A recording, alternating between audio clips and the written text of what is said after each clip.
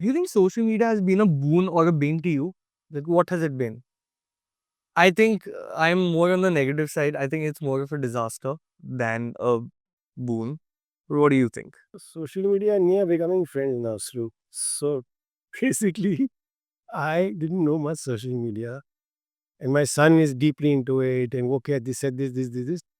But now as I'm getting into it, I sometimes do 4 years a day now, by the way. Yeah.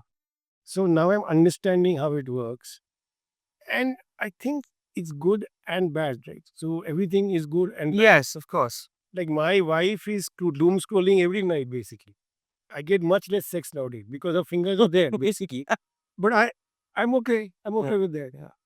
But overall, see, it is also like at one time when the phone came, people said, "यार phone पे है, कितना time waste हो रहा है." When TV came, TV, full life is gone. But anything new that comes, It has it. there's a whole thing happening. Now tomorrow, imagine social media evolves to that point when you can give your thoughts to 5 million people. But that's beyond social media, Yes. the telepathic media. Yes. So it evolves, and every time we say that is bad, but it is evolution. It is evolution, but so I also feel that if something, so we as the human, okay, I'm going to go into something deep. We are humans at the end of the day. Talking about mankind, if it's hurting the mentality or the mental state of the humankind, don't you think it's bad? Why am I saying so? Let's talk about business, okay? Earlier in your days, I mean, if I could call you that old, you had only gin chunke 10, 15, 20 odd agencies. Today you wake up, you open Instagram, there are 10,000, more than 10,000, digital marketing agencies within your vicinity. So, I mean, this is a boon because it's given people an opportunity, but also like you said, na, कि कोई भी उठ के कुछ बन जाता है types.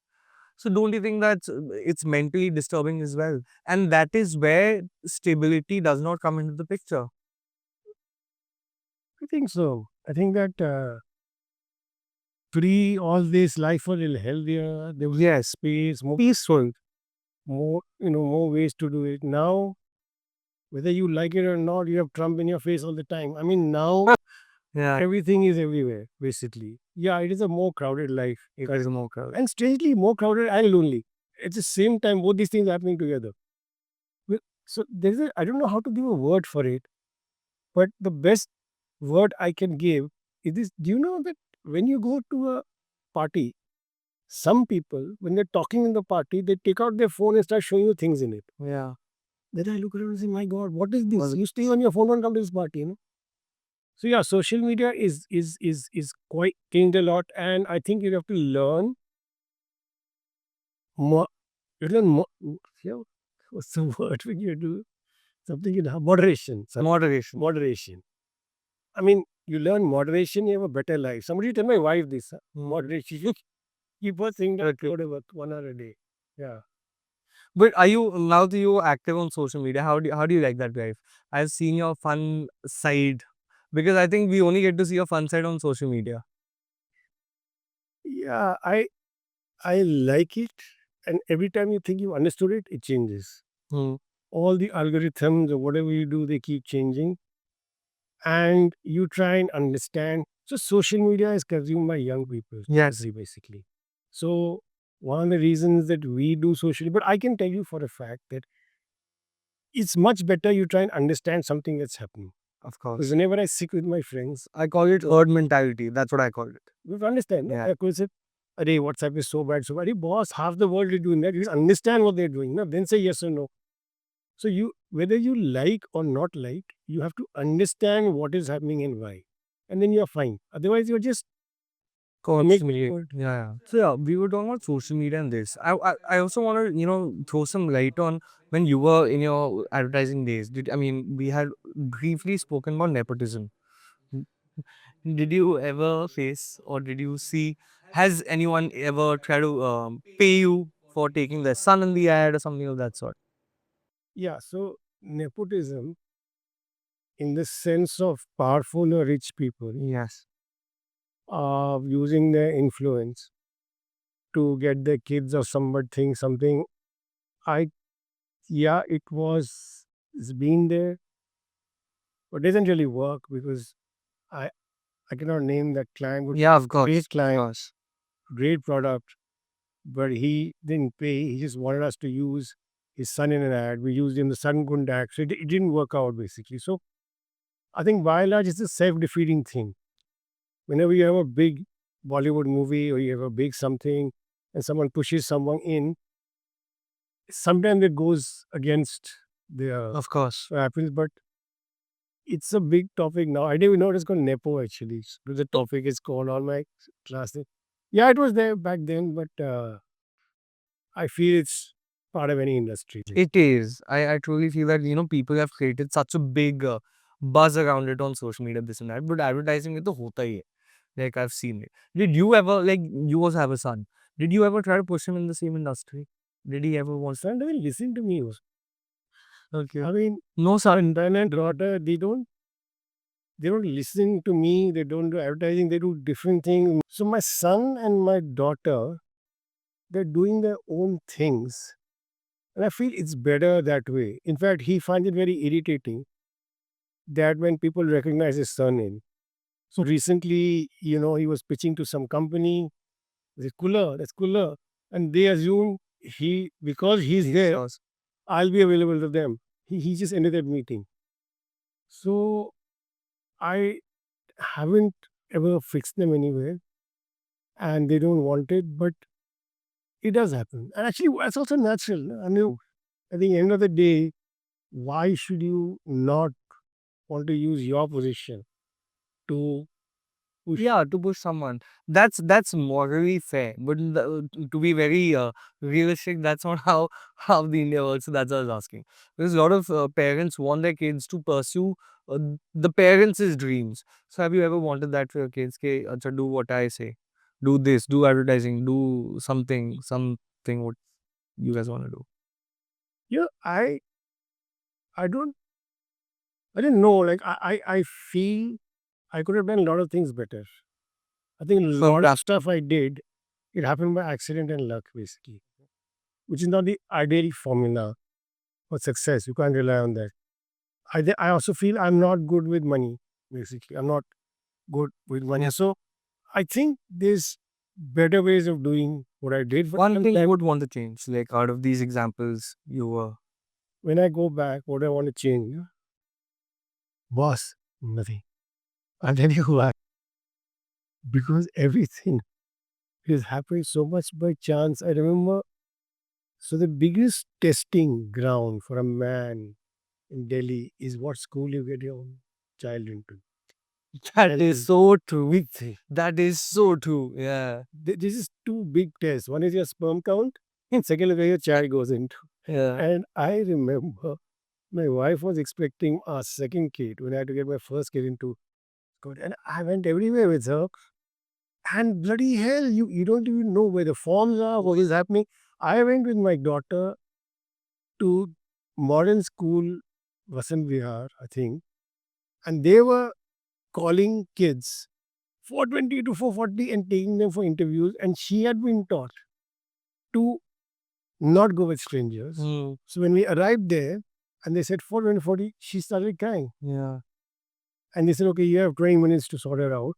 So we went through this garden of theirs, all Punjabi people eating parathas with their kid, tusi gaddi faddi, all that was going on.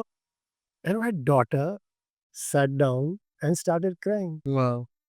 So I did what any father would do. I started crying also. Man, then I remember near my near where I worked, a new school came up. And I went to the school, and there you could either walk out of school or slide out of school. Wow. Okay. So I put my kid into that school. Okay. That school is called Sri Ram School. Of course. So I'm saying so much of what happened by luck. You're right. So I don't want to change anything. In your life. Yeah. One bad decision you've ever taken in your career. I'm talking about not your personal life. So I sometimes wonder, it's a good question here. So I left corporate life. Yes. Nobody ever could hire me, but this guy came from uh, New York. Sorry, came from Australia, setting up a company in India. He said, "Why don't you join your own agency? I'll give you 10% ownership." That's when I left and I joined that, and then another agency, and then my own agency, etc. So literally, that's what my career diverted. So if Okay. I had remained in that career, it's pretty straightforward. You do well, creative director, you shift to Bombay, you shift to Singapore, you shift to New York. There's a whole There's corporate a whole life path. journey. Yeah. The path I took, you bhatko around, you launch a company, you launch a second company, and you do a lot of things. So there's literally two things. One is you become a professional and you go to the top, like Sundar, whatever, That's right. Pichel or something, and then you did what I did. So I won't say I regret, but I quite wonder if I'd stayed on that path, and I would have liked to. I wouldn't have minded that. I really wouldn't mind a salary of 12 crores a year with a check. I just No one would have. yeah, but then I have to get up on time, catch flights at 6 in the morning. So you don't You can't say fuck you to the world. That also you comes. can't do that basically. And yeah, and maybe you don't have some experience. But don't you think it's good to be erratic? Like especially in the field you are. Yeah. So to be unpredictable, Yeah. erratic is good. It helps because you can think different things, meet different Exactly what I'm saying. meet different people. But it's not bad, yeah, to also fly business class everywhere, get temporary wear those suits, and talk when I went to go to Singapore. All these guys, carbon copy, all of them have got this Yeah, same their bags, bag. is in the fort. Okay, catch you at 220, circle back, and all the VC language. Let me loop back to you. Well, that's also a life. Yeah, that's also different. Right? What is the legacy you want to leave behind, sir? What is the kind of legacy that you would like to leave behind for the generations after you? So this is what I am doing nowadays. I'm finding every year I grow like 10 years younger. My reality is like a child now. And I just talk nonsense all the time. We're laughing all the time. So I literally feel the ultimate evolution of a human being is how silly and simple they can begin. So can you begin like a child at 4, and when you're 70, can you be back Okay. at 4? To me, better than legacy, because if you're thinking legacy, you're in a trap, na? Oh, I will leave legacy, I will build 3 buildings, but you're gonna fucking die, na, at the end of it. Yeah. You can't take a building. No, but I'm not even talking about materialism. Like that is one side. No one, I mean, I think cares about money because everyone's busy earning their own. But legacy needs the thought process. So, what would you want Shivjit Khurga to be known as? I, I think like one of the big things I would like to be known as is that I would like people to recognize the reality of entrepreneurship, because it's made out to be such a sexy, fabulous thing and launched one company, second company, etc. But if your temperament is wrong for it, you shouldn't do it. So I do feel that everybody should feel and get from me honestly what are the rewards and costs of everything that you do. And it should not look too easy, no, it should look difficult. Is there some way that I can accurately convey to everyone, this is what I've done, this is what I could have done, and this is the price of what I do. So I hope I've told you everything before you buy into this package. So, you keep a clear picture and then let people decide. Yeah, if I can honestly, my life can honestly show everyone what certain choices mean, what went wrong, what went right. It's a lot better because I go nowadays. I talk at so many places, Yes, yes, yes. and when I talk, often it's the startup circle. So Deep Kalra before me, someone, and when they go and talk, people stare at them. They make it sound so simple. What they did, it's not so simple. Out of 10 businesses, 9 fail. Yeah, that is a fact. That is truly a fact. So if we can all convey the right things to the generations to come. So, for example, that's the happiest set of countries is supposed to be the Nordic countries, which is Denmark is the happiest set of countries are supposed to be Nordic countries. In those set of countries, people who amass too much wealth, people go, what are you doing? Yeah. So I feel it's very important that people should realize that number of choices in life, and they all have their own sort of set of things with it. And then they honestly can make choices. Do you think materialism, like you said, no, like in all these countries, materialism also ruins you as a person? Because if you don't aspire to be or have a certain kind of wealth or certain kind of buildings or fucking Mercedes Benz or something of that sort, then you tend to be a different person altogether. Yeah, I feel that Do you think it ever ruined you as a person, materialism? Like when you got money, when you got fame, got all those the attention. Do you think that ruined you also as a person? I feel there was one point of time when I was very rich. That's a lot of money, man. I bought, I probably bought the fifth CRV in Delhi with Honda. Wow, when it had come, Yeah, you know, you got a great car. When you go to a hotel, they refuse to park it. They leave it in the. I had that kind of car. So I was like really rich, and I felt when you're rich, now you feel you know everything. So I used to dress white. I used to feel like I was God. I used to travel first class, and you feel very good. But actually, you're not connecting with anyone. You're just connecting with nobody, no, you're not. and you're not growing at all. But it was good having I money. think you're a trophy then. Like people just want to be with you or know you for a certain thing. Like that's when actually think that tags are very negative in life. Like when you become a tag, that just means that no one wants to know you. They just want to know of you. Is what I feel. So you actually became a tag that time. I mean, they used to call me to be chief guest. Yeah. So I remember once 30-second milestone. You got this. Yes, of course, Gurgaon. So I was chief guest when they launched it second time. Hmm. I don't know. Yeah, people just call you. They expect you to be a certain kind of person. Yes. They expect you to say certain things, and I always say the wrong things. But yeah, I mean, it is. Yeah, you can be in a position where fame, fame and money. Actually, I've never had so much money. By the way, yeah, I like to tell people that I live in GK. I live in GK2, and in GK2, there's probably 55,000 people with 10 times the money I have, but maybe only 8 people known as No. those Yes. things. Yes. So actually, I remember there's a friend of mine who is now pretty infamous. His name is Tarun Tejpal. Okay. He was a Telka person. Okay. Okay. I remember once I was in a coffee shop and Bunty was there. At that time, he was the sixth most recognizable face in India. Okay. Telka. Because that got so I said, how's it going, man? Yeah, etc. Then he had this coffee, but he made me pay the bill. He said, you tell me how to make this fame into money. So sometimes it does both things don't happen. But by and large, I feel, yeah, I think fame or whatever can give you a very false set of, of things that get it all wrong. It's probably good to have enough. A certain mix of all the things. I think that a balance. Yeah, so I've reached a new problem in life now because I don't, I don't smoke anymore. I don't smoke cigars. I don't drink. Yeah. I don't like international travel. So I have nothing to spend my money on. So Do you kind of miss that? yeah, I miss smoking the most. Yes, so good. Just sitting and also drinking with it. But yeah, once you give it up and you learn to give it up, it's a better life. It is a You better. know, in parties, when I go to parties, That is when it gets to you. yeah, I don't know what I'm going to say. After 30, I don't know what anybody's saying. Yeah. Because the same guy, you see stocks and shares, the movie, and golf, he's talking some other language basically.